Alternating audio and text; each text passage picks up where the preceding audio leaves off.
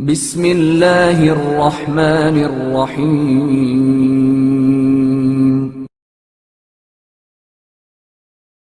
عابد و زاہد لبیب کا واقعہ۔ کتاب فرج بعد شدہ، تکلیف کے بعد آسانی میں عابد و زاہد لبیب کا واقعہ خود اس کی زبانی یوں تحریر ہے۔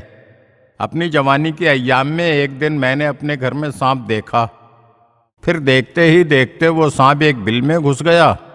میں نے اس کا پیچھا کیا اور ہر ممکن کوشش کی کہ کسی طرح اسے بل سے باہر نکالوں۔ اتنے میں ایک مرتبہ سانپ نے اچانک اپنا پھن باہر نکالا اور میرے ہاتھ پر ڈس لیا، جس کے نتیجے میں میرا ایک ہاتھ شل ہو کر رہ گیا اور میں اس سے کوئی کام نہیں کر سکتا تھا۔ پھر کچھ عرصے کے بعد میرا دوسرا ہاتھ بھی شل ہو گیا اور اس کے بعد میرے پاؤں بھی بے دم ہو گئے اور میں بالکل مفلوج ہو کر رہ گیا۔ ابھی زیادہ دن نہیں گزرے تھے کہ میری آنکھوں کی بصارت بھی زائل ہو گئی اور میری زبان بھی کچھ کہنے سے قاصر ہو گئی۔ میں ایک عرصے تک اسی حالت میں بستر پر پڑا رہا۔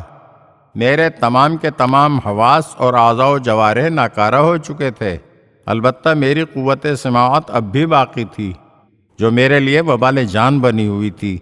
میں ہر قسم کی بری اور ناپسندیدہ باتیں سنتا رہتا تھا، لیکن ان کا جواب دینے کی طاقت سے محروم تھا۔ اکثر و بیشتر ایسا ہوتا تھا کہ مجھے شدید پیاس لگتی تھی، لیکن کوئی مجھے پانی نہیں پلاتا تھا۔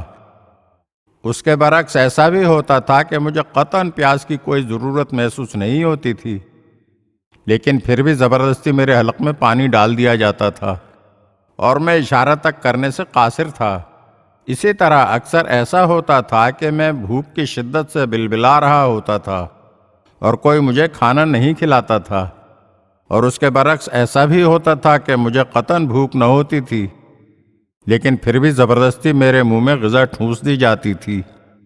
اسی کشمکش اور اضطرابی حالت میں پورا 1 سال گزر گیا۔ مجھے موت بھی نہیں آتی تھی، جو میرے خیال میں اس زندگی سے بدرجہ بہتر تھی۔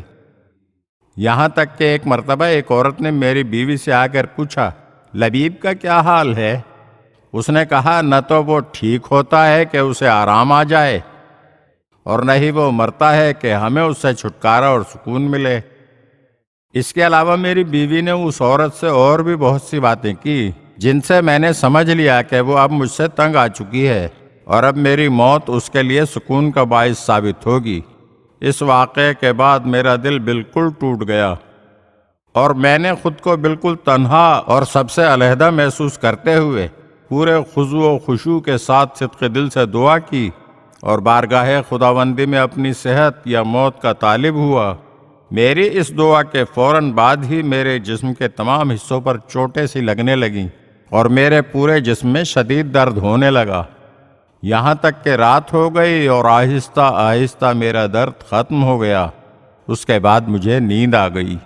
جب میری آنکھ کھلی تو میرا ہاتھ سینے پر تھا، حالانکہ 1 سال سے یہ زمین پر لٹکا ہوا بے حس و حرکت پڑا رہتا تھا اور بغیر کسی کے ہلائے نہیں ہلتا تھا۔ مجھے بڑی حیرت ہوئی کہ یہ سینے پر کیسے آ گیا۔ پھر میرے دل میں یہ خیال آیا کہ ہاتھ ہلاؤں، چنانچہ میں نے اپنا ہاتھ ہلایا تو وہ سینے سے اٹھ گیا۔ پھر میں نے اپنا دوسرا ہاتھ بھی ہلایا تو وہ بھی ہل گیا۔ اس کے بعد میں نے اپنے پاؤں کی آزمائش کی اور آخر کار اپنی جگہ سے اٹھ گیا۔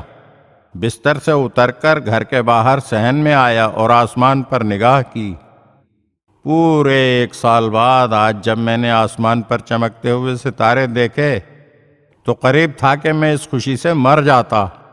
بے اختیار میری زبان پر آ گیا، اے ازل سے احسان کرنے والے، تمام تعریفیں تیرے ہی لیے ہیں، یا قدیم الاحسان لک الحمد، یا قدیم الاحسان لک الحمد، یا قدیم الاحسان۔ اگر آپ ہمارے چینل کی نئی ویڈیوز دیکھنا چاہتے ہیں تو ہمارے چینل کو سبسکرائب کریں اور گھنٹی کے بٹن کو دبائیے تاکہ ہر آنے والی ویڈیو آپ کو جلد موصول ہو سکے۔ اور ہاں، لائک اور شیئر ضرور کیجیے اور اپنے قیمتی کمنٹ سے ہمیں آگاہ کیجیے۔